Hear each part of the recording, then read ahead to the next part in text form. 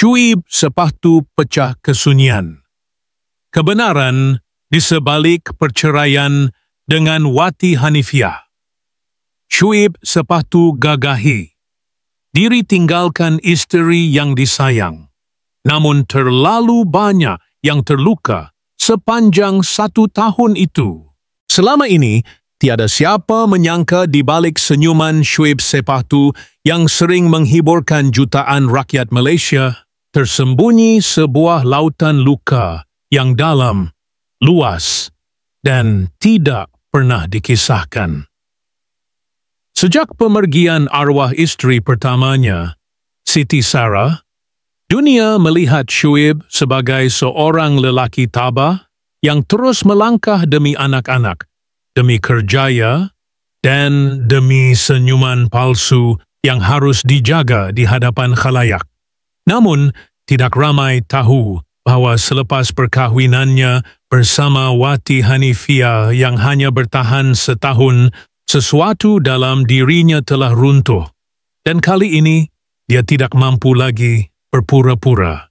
Syuib selama ini memilih untuk diam. Diam apabila namanya dikaitkan dengan pelbagai spekulasi. Diam apabila hatinya dituduh tidak setia. Diam apabila Wati, wanita yang diharapkannya menjadi cahaya baru dalam hidupnya, mula menunjukkan sisi yang langsung tidak dijangka. Tetapi diam itu bukanlah tanda setuju, dan diam itu bukanlah kekuatan. Diam itu adalah ketakutan, ketakutan untuk sekali lagi menjadi bahan tatapan umum, ketakutan untuk melihat anak-anaknya terluka, ketakutan untuk kehilangan dan rasa hormat kepada dirinya sendiri. Namun, hari itu, dalam satu sidang media yang penuh emosi, dengan mata yang merah dan suara yang bergetar, Syuib akhirnya bersuara.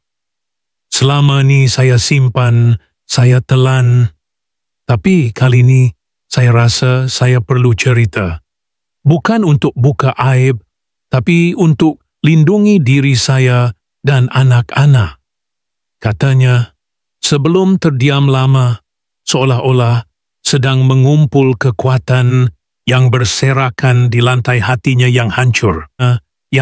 Perkahwinan Syuib dan Wati pada awalnya disambut dengan pelbagai reaksi. Ada yang menganggap ia terlalu cepat. Ada yang menyokong, berharap agar Syuib kembali bahagia. Namun selepas majlis itu, sedikit demi sedikit, tanda-tanda retak mula muncul. Ia bukan retak biasa. Ia retak yang sunyi. Retak yang tidak kelihatan di media sosial, tetapi berdarah dalam sunyi malam di rumah yang sepatutnya menjadi syurga. Wati, seorang wanita yang dikenali dengan gaya hidup mewah dan personaliti lantang, mula memperlihatkan sisi yang keras. Saya cuba faham dia. Saya cuba jadi suami yang baik. Tapi dalam rumah tu, saya rasa macam orang asing, luah Syuib perlahan. Dia menceritakan bagaimana seringkali usahanya untuk menyatukan keluarga tidak mendapat sambutan. Bagaimana dia berusaha menjaga hati, walau dirinya sendiri yang selalu disakiti, bukan dengan tamparan fizikal, tetapi dengan kata-kata yang tajam, sindiran yang halus, dan keengganan untuk benar-benar bersama dalam suka dan duka. Satu peristiwa yang membuka mata ramai ialah ketika Syuib dilihat hadir bersendirian dalam satu acara penting keluarganya. Ramai yang tertanya, tetapi tiada jawapan. Hari ini, Syuib mendedahkan saya ajak dia. Tapi dia kata dia penat. Penat untuk berada dalam hidup saya yang penuh dengan kenangan orang lain. Itu adalah tamparan, bukan hanya kepada Syuib sebagai suami, tetapi sebagai lelaki yang masih berusaha mencintai walau hatinya belum sembuh sepenuhnya. Dan dari saat itu, jarak di antara mereka bukan hanya fizikal, ia emotional, spiritual, dan tidak lagi mampu dijambatani. Dalam tempoh setahun itu, Syuib menyimpan banyak, menyimpan tangis, menyimpan kecewa, menyimpan rasa malu kerana dirinya, pelawak yang disanjung, tidak mampu membuat rumah tangganya sendiri bahagia. Dan ironinya, dalam setiap gurauan di pentas, dia sedang menangis dalam diam. Yang lebih menyayat hati ialah reaksi anak-anaknya. Mereka mula menyepi, mula menjauh. Ada malam yang Syuib terjaga melihat anak bongsunya memeluk gambar arwah ibu dengan air mata yang sudah kering di pipi. Dan ketika itu, dia tahu dia bukan hanya gagal sebagai suami, tetapi mungkin juga sebagai ayah. Bukan salah mereka. Mereka masih rindukan ibu mereka. Tapi bila dalam rumah, tak ada kasih, tak ada pelukan, mereka makin sunyi. Katanya, dengan suara perlahan, kemuncaknya datang apabila Syuib jatuh sakit. Tekanan, keletihan emosi, dan gangguan tidur yang berlarutan menyebabkan dia rebah. Dan ketika dia memerlukan sokongan, dia mendapati dirinya bersendirian. Tidak ada tangan yang memegang, tidak ada suara yang menyapa. Hanya sejuk lantai hospital dan sunyi ruang bilik yang menjadi teman. Saya terfikir ini kecinta yang saya pertahankan selama ini. Satu soalan yang menghantui setiap malam. Dia cuba, benar-benar cuba, memberi ruang, memberi peluang. Tetapi apabila cinta yang diberi tidak dihargai dan luka yang dirasai dianggap remeh, maka hanya ada satu jalan, melepaskan. Dan hari itu, Syuib membuat keputusan yang paling berat dalam hidupnya, meninggalkan wanita yang pernah disayang demi menjaga sisa-sisa dirinya yang masih tinggal. Namun, kisah ini belum berakhir. Banyak persoalan masih belum terjawab. Apa yang sebenarnya terjadi di sebalik dinding rumah mereka? Apakah yang mendorong Wati bertindak begitu? Dan mungkinkah Syuib akan bangkit semula sebagai seorang lelaki, seorang ayah, dan seorang insan yang telah terlalu lama memendam semua rasa dalam diam? Jawapannya masih belum muncul, tapi untuk pertama kali, Syuib akhirnya tidak lagi berdiam diri. Dan itu mungkin adalah langkah pertama untuk benar-benar menyembuhkan diri. Pada malam-malam tertentu, Syuib akan duduk di beranda rumahnya, memandang kosong keluar jendela sambil menggenggam cawan kopi yang sudah sejuk.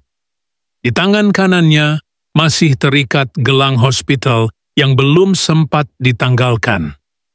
Ia bukan hanya simbol rawatan, tetapi juga lambang luka yang tidak pernah benar-benar sembuh. Angin malam menyapu pipinya, membawa suara-suara jauh. Barangkali kenangan, barangkali sekadar bisikan hatinya sendiri.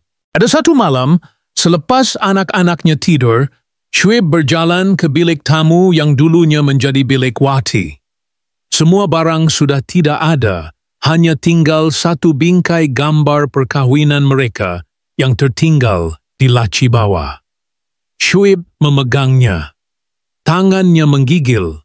Dalam gambar itu, senyuman Wati tampak sempurna. Tetapi kini yang tinggal hanyalah rasa kosong. Dia mengusap gambar itu perlahan, bukan kerana masih cinta, tetapi kerana dia masih bertanya, di mana salah aku? Pagi esoknya, Syuib membawa anak-anak ke sekolah. Dalam kereta, dia memainkan lagu kegemaran arwah Siti Sarah, lagu yang suatu ketika dahulu akan membuat anak-anaknya menyanyi serentak di tempat duduk belakang. Tapi kini mereka diam. Hanya bunyi enjin dan bait-bait lirik yang bergaung di ruang sepi. "Papa, bila kita boleh bercuti sama-sama lagi?" soal anak sulungnya tiba-tiba. Syuib memandang ke cermin belakang, matanya berkaca. "Nanti, sayang." Bila semuanya dah tenang, jawabnya, walaupun dia sendiri tak tahu bila nanti itu akan tiba. Di rumah, Syuib bukan lagi lelaki yang dahulu. Dia menjadi seorang yang lebih banyak memerhati daripada berkata-kata. Jika dahulu setiap ruang dipenuhi tawa dan gurauan, kini rumah itu sunyi, seolah-olah sedang berkabung untuk sesuatu yang sudah lama hilang, bukan hanya cinta, tetapi juga harapan. Wati dalam diam telah memadam bukan sekadar kenangan mereka, tetapi juga identiti lelaki yang bernama Syuib. Di dapur, dia selalu mengkritik masakan Syuib bila dia cuba meniru resipi arwah isterinya. "Takkan nak hidup dalam bayang-bayang orang mati." Itu kata-kata yang paling tajam, paling menyakitkan, yang pernah dilemparkan kepadanya. Pada saat itu, Syuib tahu, Wati tidak mencintai siapa dia, tetapi siapa yang dia mahu Syuib jadi. Dan itu adalah sesuatu yang tidak mungkin.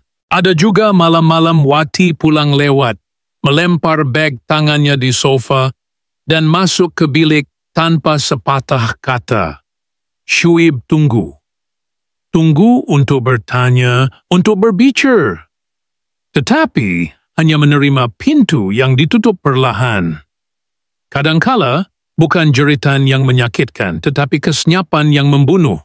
Perlahan-lahan, Syuib hilang dari dirinya sendiri. Gelaknya menjadi senyuman hambar. Gurauannya kehilangan daya. Di pentas, dia masih berdiri, tetapi jiwanya kian rapuh. Di satu temu bual radio, ketika dia ditanya tentang perkahwinannya, dia hanya mampu ketawa kecil. Saya cuba, tapi tak semua benda kita boleh paksa jadi." Katanya sambil mencuri pandang ke arah lantai, seolah-olah jawapan sebenar tersembunyi di celah ubin yang retak. Namun, ada satu malam yang menjadi titik kemuncak. Malam di mana anak bongsunya demam panas dan Syuib mendapati dirinya sendirian menjaga anak di bilik, manakala Wati keluar bersama teman-temannya untuk majlis sosial. Dia tidak marah, tidak lagi. Dia hanya duduk di sisi anaknya, meletakkan tuala sejuk di dahi, sambil menyanyi perlahan lagu tidur. Saat itulah dia tahu, keluarganya bukan lagi sebuah keluarga. Ia hanya sebuah pentas dengan dua watak yang tidak lagi saling berinteraksi. Syuib menulis di buku notanya malam itu, satu tabiat yang diajar oleh arwah istrinya.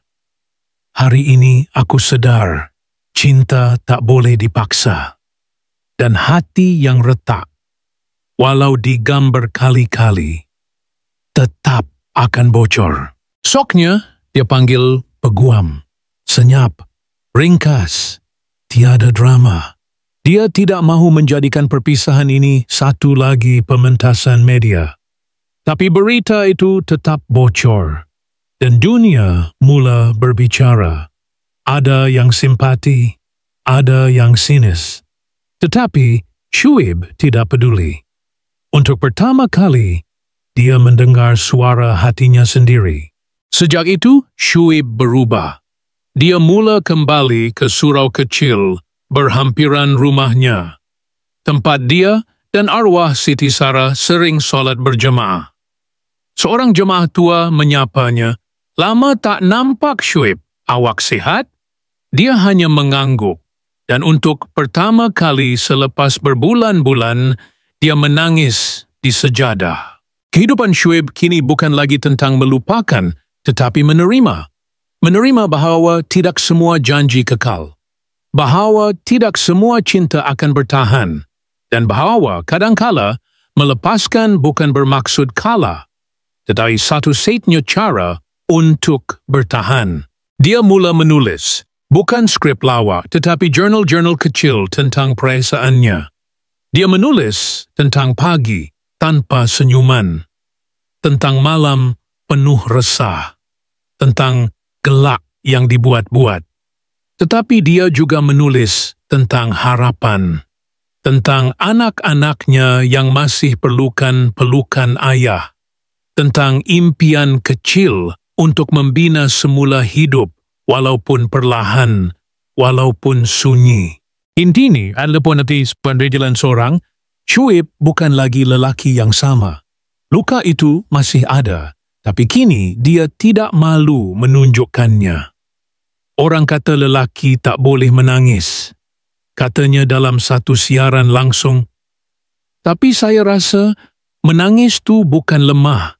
Menangis tu bukti kita pernah sayang.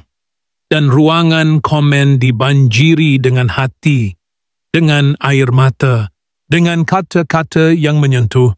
Kami faham, Shuib. Paut kisahnya masih belum berakhir. Di balik setiap hela nafas yang tenang, masih ada banyak yang belum diceritakan. Masih ada gambar yang disimpan di telefon. Masih ada mesej-mesej lama yang belum dipadam. Dan masih ada malam-malam sunyi di mana Shuib berdiri di tepi jendela, menunggu entah apa. Sejak Shuib membuka mulut tentang kisah yang selama ini terkurung dalam batinnya, banyak mata mula menoleh, tetapi bukan semuanya dengan simpati. Ada suara-suara di sekeliling yang mempertikaikan niatnya. Kenapa sekarang? Kenapa tidak dari dulu? Adakah ini hanya satu strategi publicity? Soalan-soalan itu berlegar dalam ruang maya seperti kabut yang tak mahu pergi, walaupun Shuib sendiri tidak pernah meminta sesiapa untuk mendengar. Namun, kebenaran tidak pernah hitam atau putih. Ia berlapis-lapis seperti cebisan kertas nota yang digulung dan disimpan dalam laci meja Shuib. Catatan yang dia tulis setiap malam, bukan untuk dikongsi, tetapi untuk melepaskan. Ada catatan yang berbunyi, dia tanya kenapa aku diam. Tapi bila aku bersuara, dia diamkan aku. Atau satu lagi, ditulis dengan dakwat yang sedikit tercalar oleh titisan air mata. Bila cinta dipaksa hidup, ia jadi beban. Tapi bila dibiarkan mati, ia jadi luka yang tidak berdarah. Tidak ada siapa tahu. Shuib menyimpan semua itu dalam satu laci kayu kecil. Laci yang dikuncinya setiap kali ada tetamu datang ke rumah. Tidak juga Wati tahu. Mungkin kerana dia tidak pernah benar-benar mencari. Atau mungkin kerana dia sudah menemui apa yang dia cari di tempat lain. Sesuatu yang Shuib sendiri tidak mahu menyebut, tapi tidak juga mampu lupakan. Terdapat satu foto yang pernah tular. Wati bergambar mesra dengan seseorang lelaki dalam satu majlis tertutup. Tiada pegangan tangan, tiada kata cinta. Tetapi mata itu, renungan itu, memancarkan sesuatu yang Shuib kenal. Pandangan yang dahulu pernah ditujukan kepadanya, kini jatuh kepada orang lain. Tapi Shuib tetap berdiam. Dia tidak menyuarakan apa-apa. Dan dunia, seperti biasa, hanya bergerak pantas tanpa benar-benar peduli siapa yang terluka. Malam itu, dia pulang ke rumah dan menatap cermin. Wajahnya semakin tirus. Ada garis halus di bawah mata. Ada uban yang tidak sempat dicabut. Dan dalam refleksi itu, dia mula bertanya, adakah aku benar-benar mengenal dia, atau aku hanya jatuh cinta dengan harapan bahawa dia mampu mencintai aku? Apa yang membuat semuanya lebih sukar adalah kenangan. Bukan hanya kenangan dengan Wati, tetapi juga kenangan bersama arwah Siti Sarah. Ada hari-hari di mana dia terjaga dan menyangka semuanya masih seperti dulu. Suara Sarah masih bergaung di dapur. Bau lauk kegemarannya masih tercium dari ruang makan. Tapi semua itu hanya ilusi. Kenangan yang tidak mahu melepaskan genggamannya. Wati tidak pernah benar-benar menyentuh ruang-ruang itu. Dia tidak pernah tidur di bilik yang sama. Dia memilih ruang sendiri. Bilik yang dipenuhi lilin wangi, langsir tebal, dan deretan beg tangan berjenama yang tertata rapi. Dunia mereka tidak pernah bersilang. Mereka hanya bersentuhan bila perlu, sekadar formality, sekadar senyuman plastik di hadapan kamera. Di belakang, hanya dinding sejuk dan sofa yang jarang digunakan. Ada seorang kenalan rapat pernah berbisik kepada Shuib. Aku dengar dia masih berhubung dengan seseorang dari masa lalunya. Tapi Shuib tidak menjawab. Dia tidak mahu tahu. Atau mungkin dia sudah tahu, tetapi lebih memilih untuk terus menipu dirinya sendiri. Kerana bagi Shuib, kehilangan kedua kalinya lebih menakutkan daripada hidup dalam kepalsuan. Tapi segalanya mula berubah ketika Shuib menerima satu panggilan telefon lewat malam. Suara di hujung talian terlalu perlahan untuk dikenali, tapi kata-kata itu cukup jelas. Jangan percaya semua yang kau lihat. Ada perkara yang lebih besar sedang menanti kau. Dan kemudian talian terputus. Siapa yang menelpon? Kenapa sekarang? Dan apa maksud perkara yang lebih besar? Shuib menyimpan nombor itu, tapi apabila dia cuba menghubungi kembali, talian itu sudah tiada. Nombor itu hilang seperti bayang-bayang yang lenyap sebelum subuh. Sejak malam itu, Shuib mula merasakan sesuatu yang ganjil. Ada surat tanpa nama dihantar ke pejabatnya. Dalam surat itu hanya terdapat satu ayat. Bukan semua luka datang dari depan. Shuib meneliti tulisan itu berulang kali. Ia seperti tulisan seseorang yang dia kenal, tetapi tak boleh pasti. Ada goresan emosi dalam tulisan itu, seolah-olah si penulis juga sedang berperang dengan sesuatu. Diam-diam, Shuib mula menyiasat. Bukan untuk mendedahkan sesiapa, tetapi untuk mencari ketenangan bagi dirinya sendiri. Namun, semakin dia menggali, semakin banyak yang dia temui, dan semuanya membuatkan dia semakin tidak pasti siapa yang harus dipercayai. Ada nama-nama yang muncul, ada wajah-wajah yang dahulu ramah kini menjadi asing. Terdapat juga satu hari yang tidak pernah dia lupakan. Hari di mana dia menjumpai satu gambar lama dalam telefon Wati yang terlupa dikunci. Gambar itu diambil di satu lokasi mewah di luar negara, waktu mereka masih bergelar suami istri, tapi Shuib sendiri tidak pernah berada di tempat itu. Dalam gambar, Wati sedang ketawa, dikelilingi orang-orang yang tidak dikenali. Dan sekelilo puir hanya diam. Semuanya menjadi kabur, seperti kisah yang ditulis dengan dakwat yang belum kering lalu terkena air. Wajah sebenar di sebalik setiap senyuman, motif di sebalik setiap tindakan, semuanya kekal dalam gelap. Kini, Shuib mula sedar bahawa kisah hidupnya bukan sekadar tentang cinta yang gagal, tetapi juga tentang rahsia yang selama ini dipendam bukan hanya oleh dirinya, tetapi oleh orang-orang sekelilingnya. Dan mungkin selama ini, dia bukan satu-satunya yang diam. Ada seseorang atau beberapa orang yang juga sedang memerhati. Mungkin mereka menunggu mesa. Mungkin mereka sedang menulis versi mereka sendiri tentang cerita ini. Dan Shuib untuk pertama kali tidak pasti apakah dia benar-benar ingin tahu segalanya. Kerana kadang-kadang, kebenaran itu bukan untuk melegakan tetapi untuk menghancurkan. Hari-hari selepas pengakuan itu menjadi perlahan, seolah-olah masa sendiri pun enggan bergerak terlalu cepat di sekeliling Syuib. Dia tidak lagi muncul di mana-mana secara kerap, tidak seperti dulu.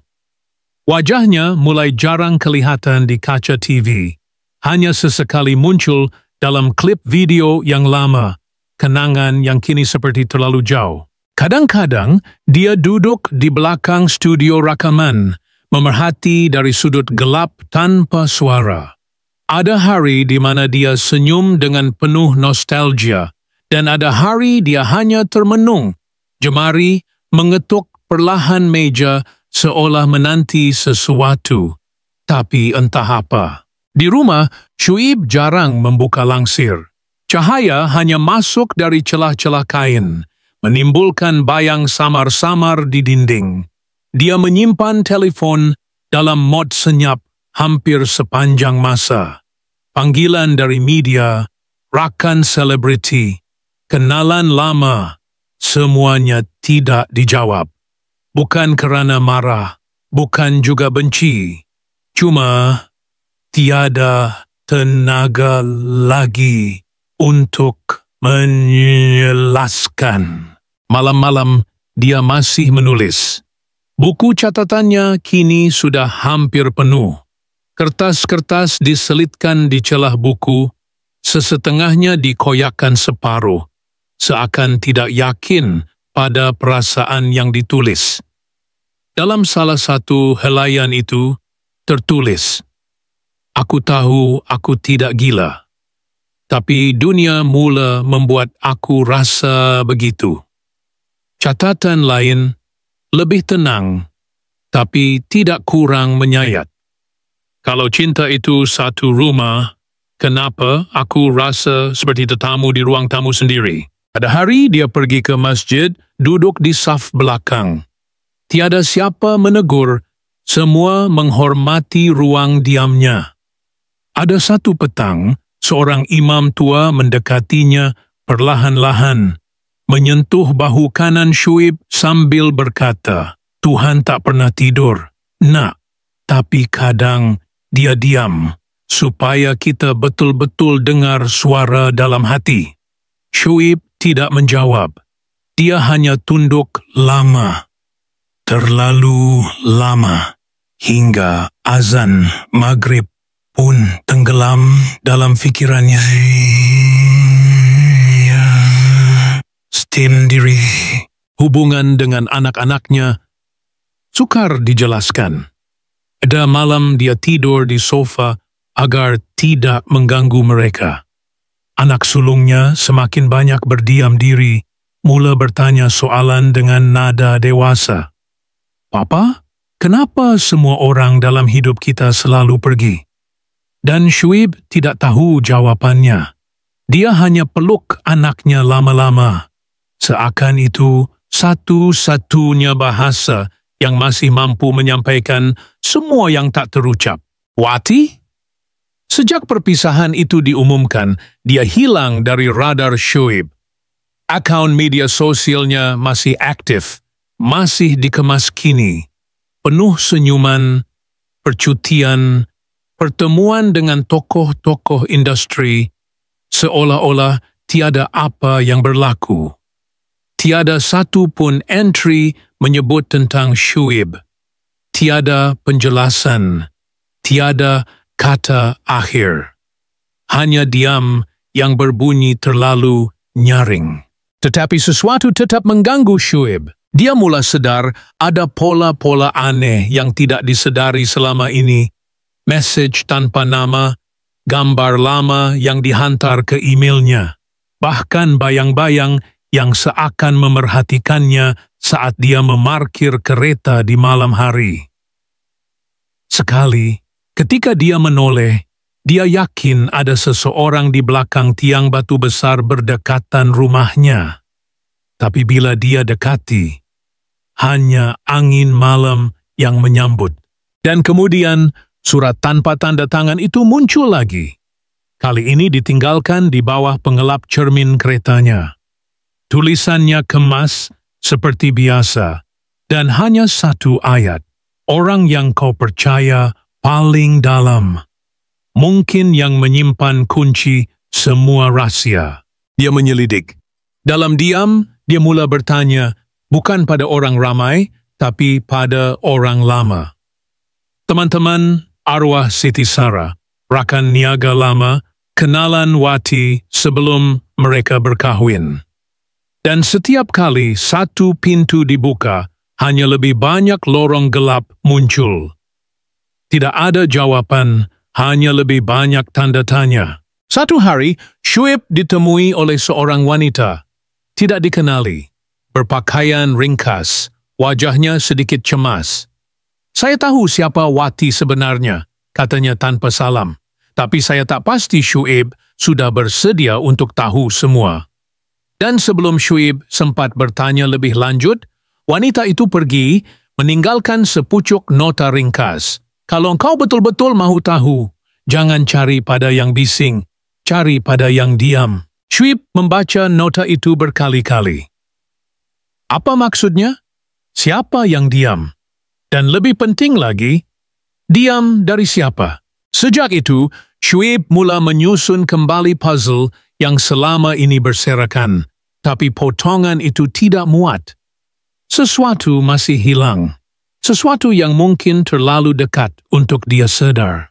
Sesuatu atau seseorang yang selama ini berdiri dalam bayang-bayangnya. Dan dalam satu malam yang hujan turun tanpa henti, Syuib berdiri di dapur, mendengar suara anak-anak tertawa dari bilik sebelah. Mereka menonton semula rakaman lama, video keluarga, bersama arwah ibu mereka. Syuib ingin masuk, tapi langkahnya terhenti di ambang pintu. Di layar TV, wajah Siti Sarah muncul. Dan tiba-tiba, satu perkara terlintas di fikirannya. Satu perkara yang sangat kecil, satu isyarat, satu tatapan yang selama ini dia abaikan, dan hatinya mula bergetar. Apakah semua ini berkaitan dengan masa lalu yang lebih jauh daripada Wati? Apakah semua luka yang dibawa bukan hanya dari satu perkahwinan, tapi dari sesuatu yang jauh lebih dalam? Dan lebih berbahaya, dia berpaling ke jendela. Hujan masih turun. Lampu jalan menyala samar. Dan dalam pantulan kaca, dia melihat dirinya bukan sebagai pelawak, bukan sebagai selebriti, tetapi sebagai lelaki yang tidak pernah benar-benar mengenal siapa yang ada di sekelilingnya. Mungkin undi sudah sepetutnya cuba mengenal terlalu dalam. Kerana kadang, kenaran bukan untuk disingkap. Kadang, ia adalah beban yang lebih berat dari diam itu sendiri. Syuib kembali ke ruang tamu, memadam lampu, dan duduk di gelap. Di luar, suara hujan semakin deras. Dan entah kenapa, malam itu, dia tersenyum. Tapi bukan senyuman lega. Lebih kepada satu penyerahan. Atau mungkin satu permulaan.